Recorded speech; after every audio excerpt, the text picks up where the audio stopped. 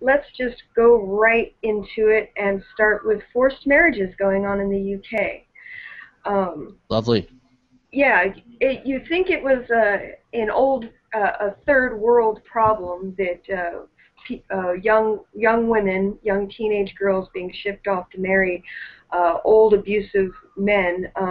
It's not something that happens in America or England, right?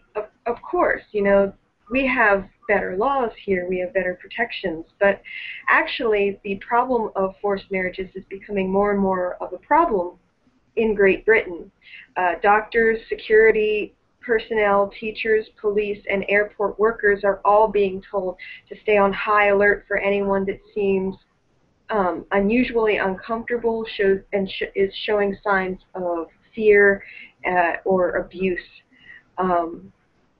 Often these young women, some are not so young, but most of them are very young. A third of the cases involve girls under the age of 17, and a few young boys are shipped off from Britain to foreign nations to be married off to strangers who often end up being abusive. Women often go to extreme measures, trying to run away, and in worst cases commit suicide in order to get away from their abusers. One woman reported that her father threatened to, quote, find her and kill her if she tried to run away. So also they risk honor killings, so-called honor killings, that if they go against their family's wishes and try to fight against what has been deemed their fate. Now hold on here. What's honorable about killing a child? That's what I don't understand about this. It's not an honorable thing. It's a terrible thing. You're a terrible human being. You're a terrible parent. According to, yes, I absolutely agree, but according to their religion, children are the property of their fathers and should do absolutely everything their fathers tell them, and one of the sacred laws is to honor thy father and do everything he says. These young girls are treated... religion. That's why, yeah, one of the many reasons that I hate religion. It treats people as commodities. And Now, let me be clear first. I hate fundamentalist religion. I hate fundamentalists of all types. Okay, so I'm just making that clarification now. Relax, people. Right. Yeah, if you're not hurting anyone else, I could care less. But religion as a whole has brought so much horrible things to the world that we would have long been better off without it.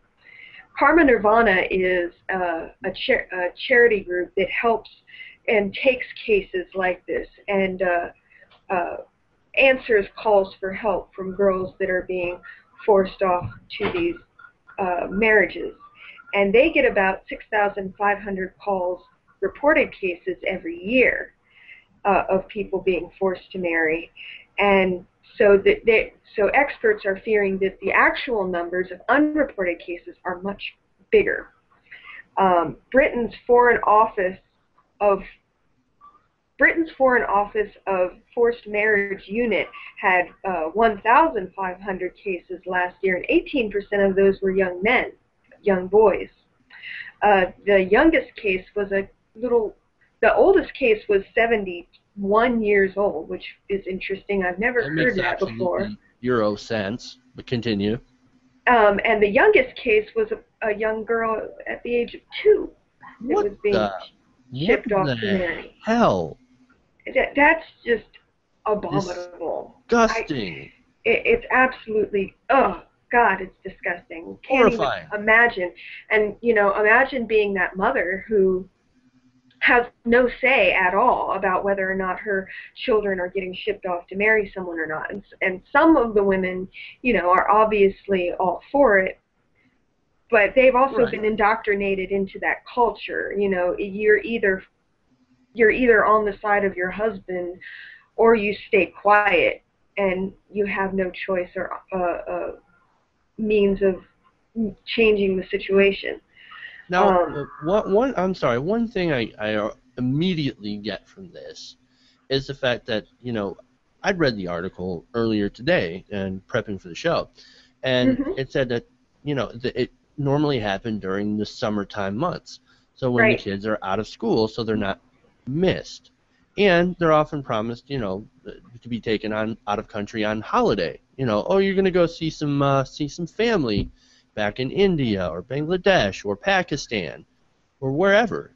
And Yes. these are the places where it most likely happens.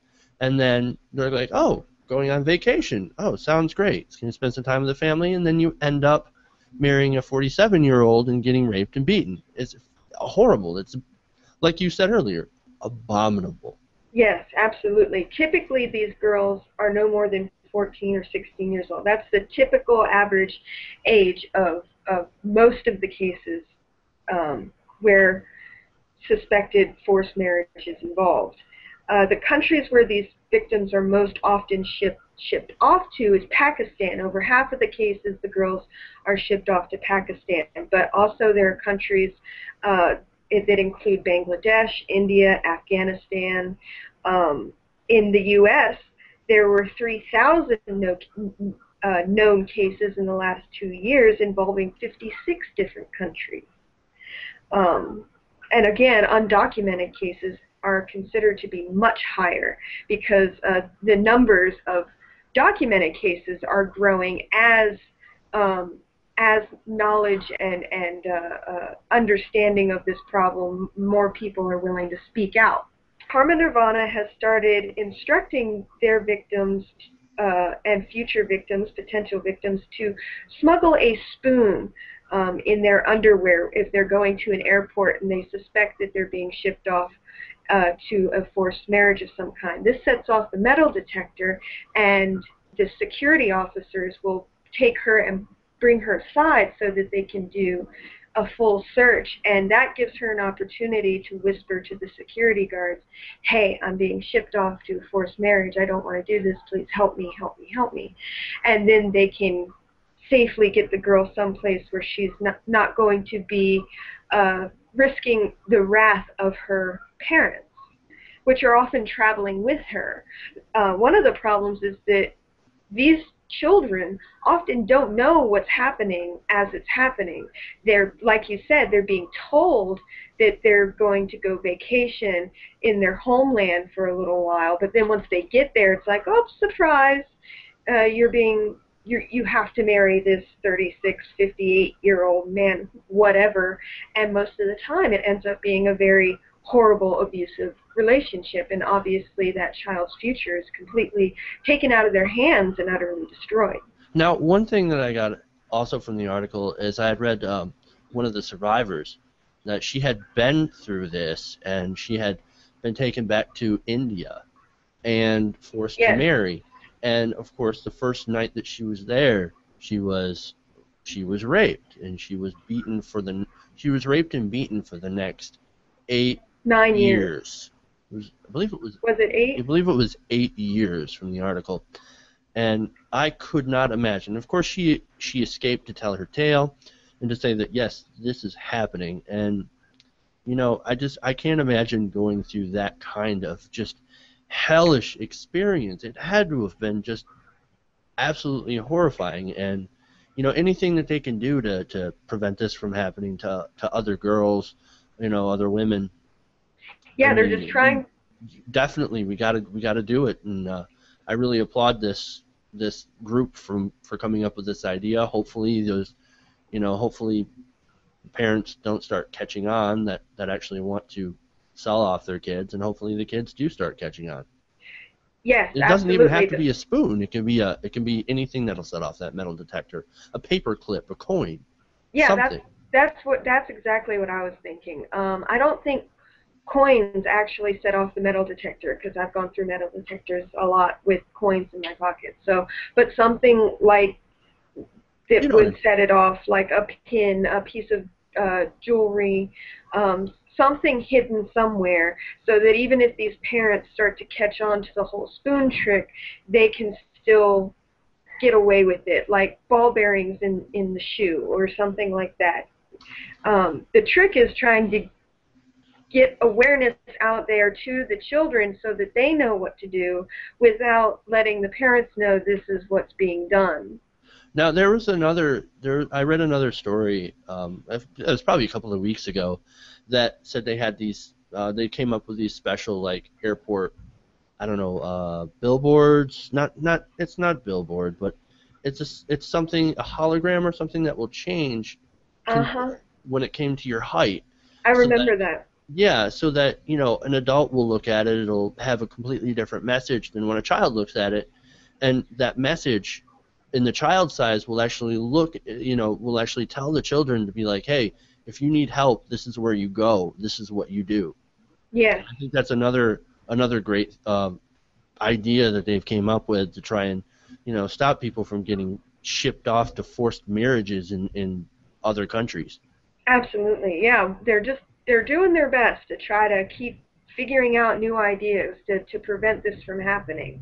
And of course, the main problem is this a, a fundamentalist religion that's driving this kind of culture that allows for this sort of thing to happen. Right. Fundamentalism is, look, don't get me started on fundamentalist religion. We'll be here all night. I wish there was something more that could be done, because I know that as much as we try to do, there will always still be those that slip through the cracks and end up in this horrible situation, and end up basically as slaves in a foreign country with their husband as their master.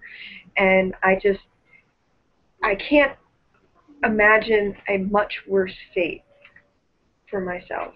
So, and of course, I couldn't even handle imagining it happening to one of my daughters. So definitely, I hope that Right. And more strides are taken in the future to try to combat this insanity, this crime against humanity. and really any family that and I don't care if that's your tradition. Your tradition is horrible. Any family that goes out and tries to sell their daughter, to another to a husband in another country that's twice, maybe sometimes three times her age, you're a fucking horrible parent. You're a shitty parent. Absolutely, I absolutely. don't. That is one tradition that you can easily do away with. You don't need it anymore. It's a bad tradition. Get rid of it.